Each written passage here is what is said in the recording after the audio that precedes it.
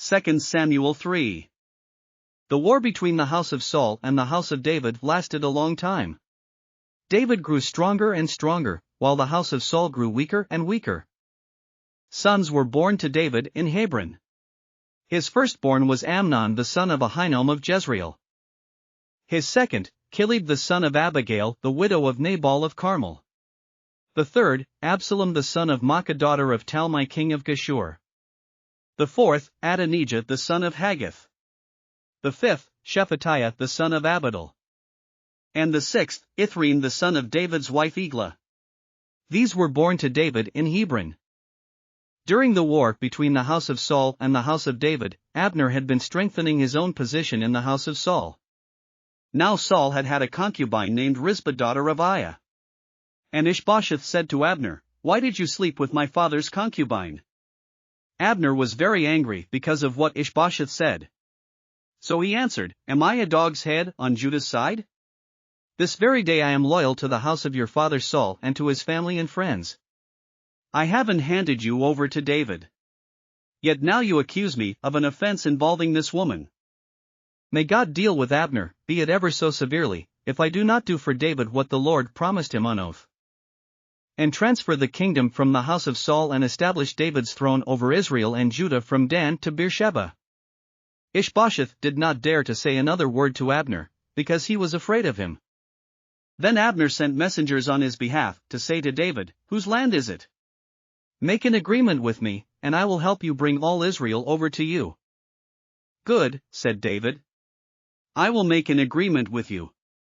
But I demand one thing of you, do not come into my presence unless you bring Michal daughter of Saul when you come to see me." Then David sent messengers to Ish-bosheth son of Saul, demanding, "Give me my wife Michal, whom I betrothed to myself for the price of 100 Philistine foreskins." So Ish-bosheth gave orders and had her taken away from her husband Paltiel son of Laish.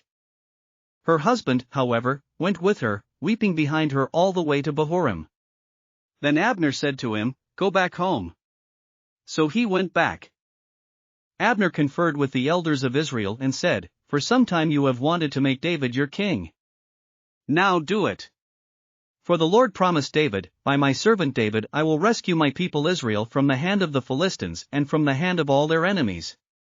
Abner also spoke to the Benjamites in person. Then he went to Hebron to tell David everything that Israel and the whole tribe of Benjamin wanted to do.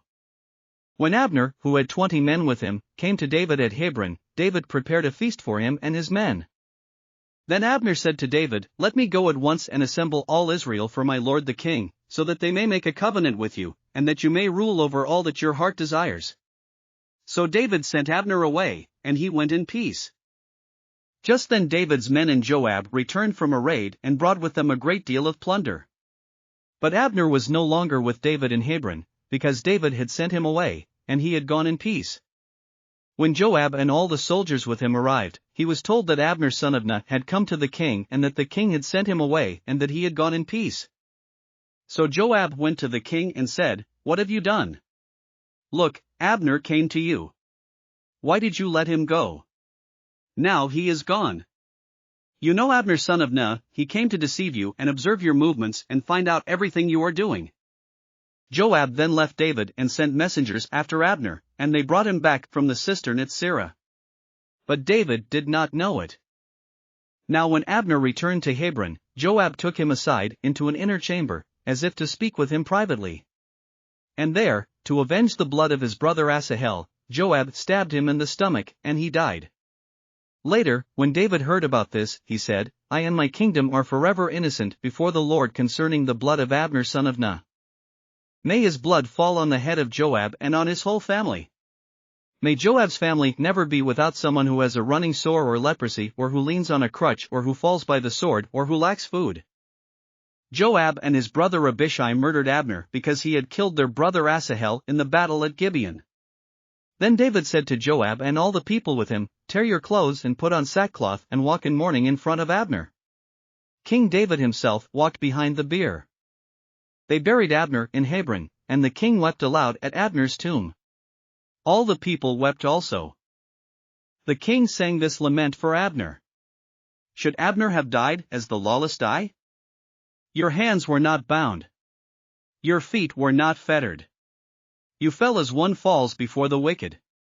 And all the people wept over him again. Then they all came and urged David to eat something while it was still day, but David took an oath, saying, May God deal with me, be it ever so severely, if I taste bread or anything else before the sun sets. All the people took note and were pleased, indeed, everything the king did pleased them. So on that day all the people there and all Israel knew that the king had no part in the murder of Abner son of Ner. Then the king said to his men, Do you not realize that a commander and a great man has fallen in Israel this day? And today, though I am the anointed king, I am weak, and these sons of Zeruiah are too strong for me.